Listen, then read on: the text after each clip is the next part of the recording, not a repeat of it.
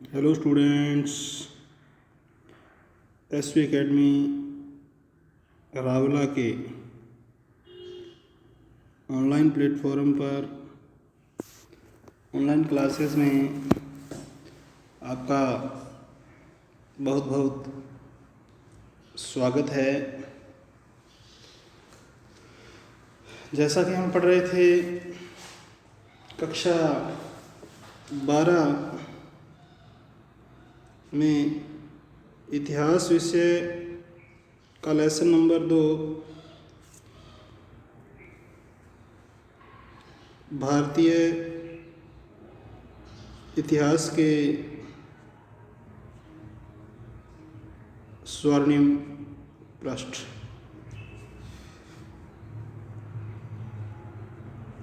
और इसके दौरान हम पढ़ रहे थे चोल प्रशासन को, और चोल प्रशासन के अंतर्गत हमने पढ़ लिया था उनका केंद्रीय प्रशासन, सेना संगठन, उनकी न्याय व्यवस्था, राज्य की आय के स्रोत, प्रांतीय प्रशासन और स्थानीय शासन। और उसके पश्चात हम पढ़ रहे थे चोल कला। तो चोल कला में हमने पढ़ा था अंत में कि चोल जो थे वो स्वयं शैव धर्म के अनुयायी थे, तथा वे धार्मिक, इसके बावजूद भी वो धार्मिक सहिष्णु थे, यानी कि सभी धर्मों का आदर करने वाले थे।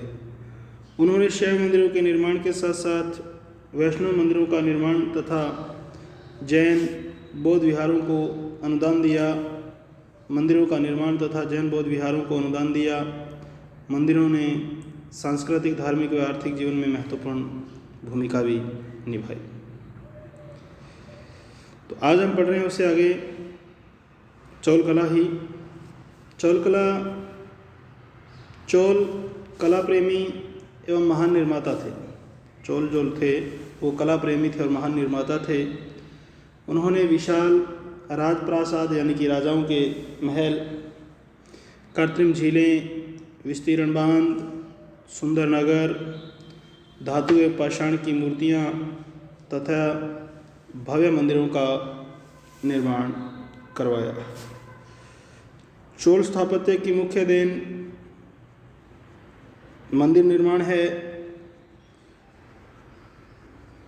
इन मंदिरों का निर्माण द्रविड़ शैली के अंतर्गत हुआ।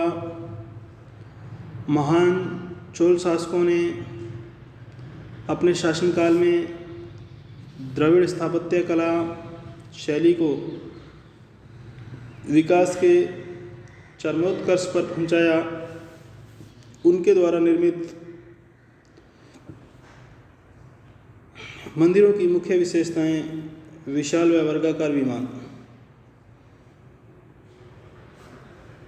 मध्य में विस्तृत आंगन, अलंकृत गोपुरम, मंडप, अंतराल सजावट के लिए पारंपरिक सिंह ब्रैकेट तथा संयुक्त स्तंभों का प्रयोग आदि है। चोलकालीन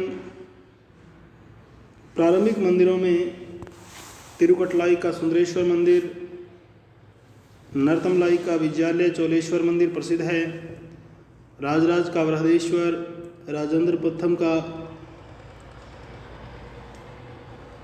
गंगकोण चोलपुरम तथा कोरंगनाथ, एतारेश्वर, त्रिभुवनेश्वर आदि प्रमुख मंदिर हैं। तो जैसा कि तस्वीरों में भी दिखाई दे रहा है, ये प्रमुख मंदिर गंगकोण चोलपुरम और बृहदेश्वर मंदिर तंजौर का। आगे है तंजौर में स्थित राजराज प्रथम द्वारा निर्मित राजराजेश्वर अथवा बृहदीश्वर मंदिर को चोल स्थापत्य कला का चरमोत्कर्ष माना जाता है। इस मंदिर के निर्माण में द्रविड़ कला शैली का पूर्ण विकास हुआ। इस मंदिर का निर्माण 1003 ईस्वी से 1111 ईस्वी में हुआ। इस मंदिर का जो प्रांगण है वो आयताकार है, जो कि 160 मीटर लंबा और 80 मीटर चौड़ा है। और उस मंदिर का सर्वाधिक आकर्षण भाग है, यानी कि उस मंदिर का जो सर्वाधिक आकर्षित करने वाला भाग है, पार्ट है, वो है गर्भगृह के ऊपर पश्चिम में बना 60 मीटर ऊंचा विमान। उसके ऊपर 3.50 मीटर ऊंचा पिरामिडाकार का शीर्ष भाग है। मंदिर के आधार तल के वर्गाकार कक्ष में 2.2 मीटर चौड़ा प्रदक्षिणा पथ निर्मित है। गर्भगृह में एक विशाल शिवलिंग की स्थापना की गई है। पर्सी ब्राउन ने तंजौर के बृहदीश्वर मंदिर के विमान को भारतीय वास्तुकला का निकष माना है। गंगैकोंड चोलपुरम के मंदिर का निर्माण राजराज के पुत्र राजेंद्र प्रथम ने करवाया था। इस मंदिर का आधार 105 मीटर लंबा एवं 50 मीटर चौड़ा है। इसका 8 मंजिला विमान लगभग 50 मीटर ऊंचा है। इस मंदिर को द्रविड़ चोल मंदिर कला की परिणति कहा जा सकता है, यानी कि उसका ही दूसरा रूप कहा जा सकता है। इस काल के कुछ अन्य मंदिरों में तंजौर में स्थित दारसुरम का ऐरावतेश्वर मंदिर एवं त्रिभुवनम का कंपहरेश्वर मंदिर उल्लेखनीय है। चोल कला का प्रभाव इंडोचीन तथा सुदूर पूर्व के देशों पर पड़ा, जिसका प्रमुख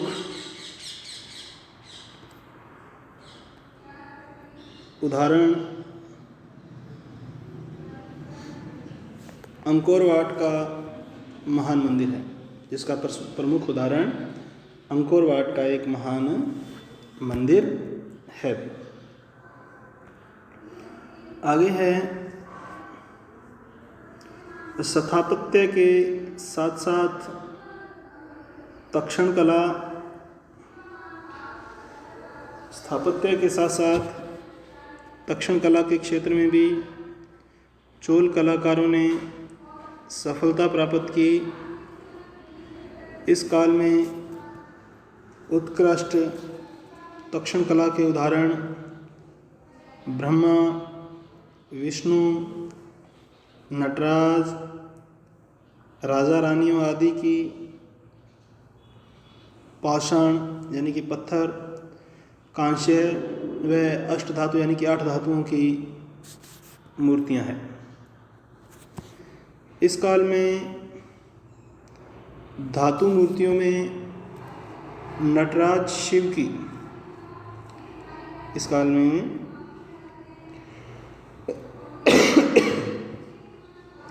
धातु मूर्तियों में नटराज शिव की कांस्य मूर्ति विशेष रूप से उल्लेखनीय है।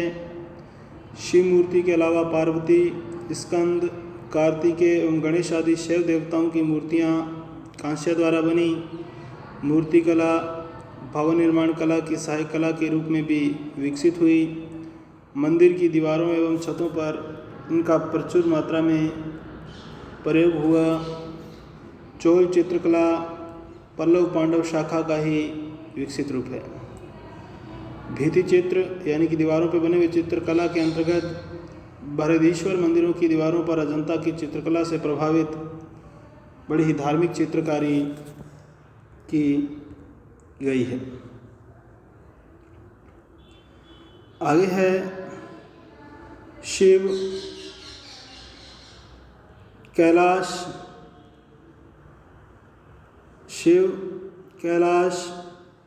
नंदी आदि चित्रों को उकेरा गया है। तंजावुर में उत्कृष्ट चित्रकला के उदाहरण भी मिलते हैं। हिंदू धर्म एवं संस्कृति के प्रचार प्रसार के साथ साथ दक्षिण पूर्वी एशिया में चोल स्थापत्य, शिल्प तथा चित्रकला आदि का प्रसार प्रचार हुआ है। नेक्स्ट है, राजराज प्रथम ने अपने शासन के दौरान चोल अभिलेखों का प्रारंभ ऐतिहासिक प्रशस्ति के साथ करवाने की प्रथा शुरू की थी। उसने शैलेंद्र शासक श्रीमार विजयतुंग वर्मन को नागपट्टम में चूड़ामणि नामक बौद्ध विहार बनाने की अनुमति दी और साथ ही इसके निर्माण में आर्थिक सहायता भी दी। राजराज ने अपने धर्म सहिष्णु होने का परिचय, राजराज ने अपने धर्म यानी कि सभी धर्मों के प्रति सहनशील होना यानी कि सभी धर्मों को समान आदर करना। राजराज ने अपने धर्म सहिष्णु होने का परिचय राजराजेश्वर मंदिर की दीवारों पर बौद्ध प्रतिमाओं का निर्माण करवाकर किया। चोल साहित्य, चोल शासक शिक्षा एवं साहित्य के संरक्षक थे। अब चोल कला के बाद पढ़ेंगे चोल साहित्य। तो चोल शासक शिक्षा और साहित्य के संरक्षक थे, इसकी रक्षा करने वाले थे, इसको बढ़ावा देने वाले थे। मंदिर तथा ग्राम महासभाएं, मंदिर तथा ग्राम महासभाएं शिक्षा के केंद्र थे। तमिल एवं संस्कृत भाषा का प्रचलन था। तमिल को राजाश्रय प्राप्त था, तमिल को राजाश्रय प्राप्त था यानी कि राजा का आश्रय प्राप्त था। कंबन ने रामावतार नामक ग्रंथ की रचना की। कंबन ने रामावतार नामक ग्रंथ की रचना की। कंबन कुलोतुंग तृतीय के दरबार में रहते थे। कंबन है वो कुलोतुंग तृतीय के दरबार में रहते थे। इनके काल को तमिल साहित्य का स्वर्ण काल माना जाता था और कंबन कुलोतुंग तृतीय के दरबार में रहते थे और इनको काल को तमिल साहित्य का स्वर्ण काल माना जाता है। जैन गोंदार ने कलितुंग पर्णी नामक ग्रंथ की रचना की। जैन गोंदार चोल शासक कुलोतुंग प्रथम का राजकवि भी था।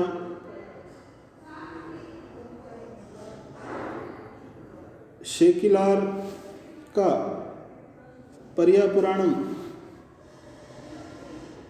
शेकिलार एवं का परिया पुराणम तथा पुलगेंदी का नलबेम्ब महत्वपूर्ण रचनाएं हैं। इसके अतिरिक्त अन्य महत्वपूर्ण रचनाओं में प्रिय पूर्णमिया शेखर की तिरुटोंडपुरम, नंदी का तिरुविलाई यादल पूर्णम, अमुदनार का रामानज नूरदांदी, तिरुकदेवर का शिवकोशिंदमणि आदि धार्मिक ग्रंथ तथा बुद्ध मित्र का वीरासोलियम, पबंदी का ननौर आदि व्याकरण ग्रंथ प्रमुख हैं। जैन ग्रंथों में तिस्करदेवर का जीवन चिंतामणि, बौद्ध ग्रंथों में कुंडलकेशी बहुत ही महत्वपूर्ण है। रामानुज, यमुनाचार्य, कौन सा? रामानुज, यमुनाचार्य एवं ऋग्वेद पर भाष्यकार वैकट माधव आदि ने संस्कृत ग्रंथों की रचना की। चोल वंश की मुख्य उपलब्धियां उनका स्थानीय स्वशासन, नौसेना, तमिल ग्रंथ, विशालकाय मंदिर और मूर्तियां हैं। इसी कारण दक्षिण भारत के इतिहास में यह काल एक महत्वपूर्ण स्थान रखता है। सांस्कृतिक विकास की दृष्टि से चोल वंश भारतीय इतिहास में एक महत्वपूर्ण युग का परिचायक है, यानी कि एक महत्वपूर्ण युग का हमें परिचय करवाता है। कौन सा वंश? चोल वंश। अब आगे है कलहन की राजतरंगिणी और कश्मीर का इतिहास। कलहन एक राइटर है जिसने राजतरंगिणी नामक की एक पुस्तक की रचना की, जो बहुत ही अच्छा ज्ञान हमें करवाती है लोहर वंश के। तो उसको पढ़ते हैं हम। कलहन कश्मीर के लोहर वंश के शासक, कलहन कश्मीर के लोहर वंश के शासक हर्षदेव 1068 से 1101 के महामात्य चंपक के पुत्र और संगीत मर्मज्ञ कनक के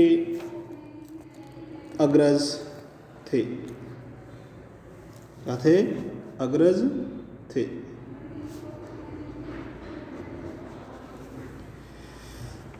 कलहन ने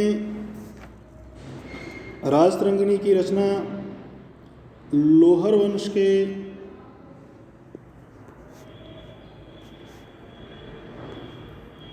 अंतिम शासक, लोहर वंश के अंतिम शासक जय सिंह के समय में की। इसका रचना काल सन 1147 से 1149 तक है। इसमें कश्मीर का इतिहास वर्णित है, जो महाभारत काल से लेकर समय अपने युग तक के कश्मीर इतिहास का विवरण दिया है। भारतीय इतिहास लेखन में कलहन की राजतरंगिणी पहली प्रमाणिक पुस्तक मानी जाती है। राजतरंगिणी में 8 तरंग और संस्कृत में कुल 7826 श्लोक हैं। पहले की 3 तरंगों में कश्मीर के प्राचीन इतिहास की जानकारी मिलती है, जिसमें कश्मीर की पीढ़ी दर पीढ़ी से आ रही मौखिक परंपराओं का चित्रण है। इस युग के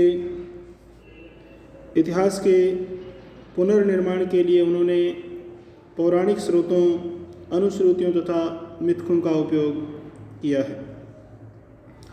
इस युग के राजाओं का महाभारत तथा रामायण के चरित्र नायकों के संबंध में जोड़ा गया है। चौथे से लेकर छठे तरंग में कारकोट एवं उत्पल वंश के इतिहास का वर्णन है। केवल अंतिम 2 अध्याय कलहन की व्यक्तिगत जानकारी एवं ग्रंथावलोकन पर आधारित हैं। इस युग के बारे में उनकी पकड़ निश्चय ही ऐतिहासिक अभिलेखों और बौद्ध स्रोतों तक पहुंची थी। अंतिम 7वें एवं 8वें तरंग में लोहर वंश का इतिहास उल्लिखित है, वर्णित है। पुस्तक में घटनाओं का क्रमबद्ध उल्लेख है। कलहन ने पक्षपात रहित होकर राजाओं के गुण एवं दोषों का उल्लेख किया है। पुस्तक के विषय के अंतर्गत राजनीति के अतिरिक्त सदाचार एवं नैतिक शिक्षा पर भी प्रकाश डाला गया है। कल्हण की राजतरंगिणी संस्कृत में उपलब्ध उन रचनाओं की पहली महत्वपूर्ण रचना है जिसमें